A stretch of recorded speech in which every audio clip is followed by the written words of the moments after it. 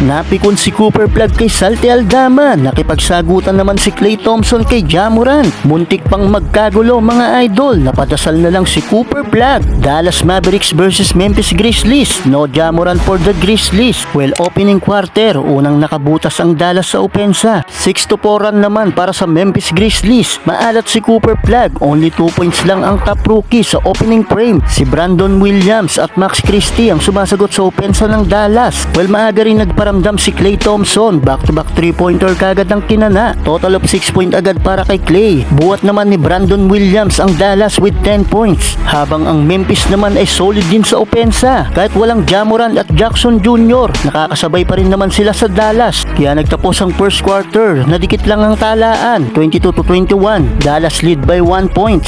Second quarter, hitting back-to-back threes for Klay Thompson to start the quarter. Vintage Klay is all ready to make his shot. Mukhang pinapaalala ni Thompson na isa pa rin siya sa mga best shooter ng liga. Nakalamang na sana ang Dallas, yun nga lang sumagot ng 8-0 run ang Memphis. Solid ang opensa, back-to-back shooting, riding to the basket. Matapos niyan, naging back and forth lang ang sagutan sa opensa until makasagot pa ang Dallas sa pagtatapos ng second quarter. Kaya naman nakuha pa nila ang 4 points lead, 47-43 halftime.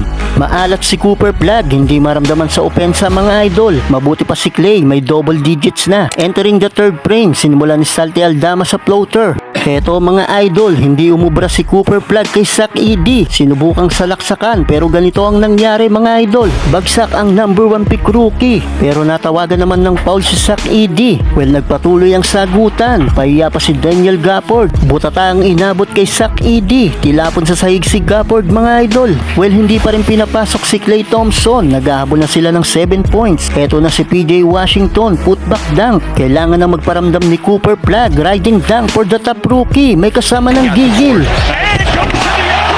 Well, lamang pa rin naman ng Grizzlies nang mangyari ito. Naggalit si Cooper Flag sa ginawa ni Salty Aldama. Gustong upakan ng number 1 pick rookie. Mabuti na lang ay biglang humarang ang mga referee. Pero mukhang hindi nagustuhan ni Klay Thompson ang ginawa nitong Memphis player kay Cooper. Kaya pinagtanggol niya ito at siya naman ang nakipagsagutan. Matapos i-review ng mga official ang nangyari. Playground penalty foul 1 ang ipinataw ng mga official kay Salty Aldama. 3 free throws for Dallas Mavericks. 6 points pa ang hinahabol ng home team. Before the end of this quarter mga idol, Klay Thompson with the buzzer threes. Baba na sa 3 ang hinahabol ng Dallas, 76-73, end of third. Last and final quarter, muling naitabla ng Dallas ang laban. Mas lalong naging mainit ang sagutan ng opensa ng both teams. Palitan lang sila ng kalamangan. Napa-thank you na si Cooper Flag matapos may pasok ang tirang ito. Tied at 89 in the last 3 minutes. Nang makasagot ulit ng 3 ang Memphis. Pero muling naitabla ng Dallas dahil sa 3 ulit ni Klay Thompson. Walang may balak magpatalo. Under 1 minutes nang nakalamang na ng 2 points ang Memphis. Nagkulaps ang Dallas sa opensa. Under a minute mark remaining. Hindi na sila nakasagot pa. Inalat si Klay Thompson. Baldog ang logo 3-pointer mga idol. Well, tuluyan ng kinapos ang Dallas. Kaya sa uli ay nakuha ng Memphis ang panalo. Well, tapos na ang laban. Nagkasagutan pa si Klay Thompson at Ja Morant. Kulang na lang ay magsuntukan ng dalawang ito mga idol.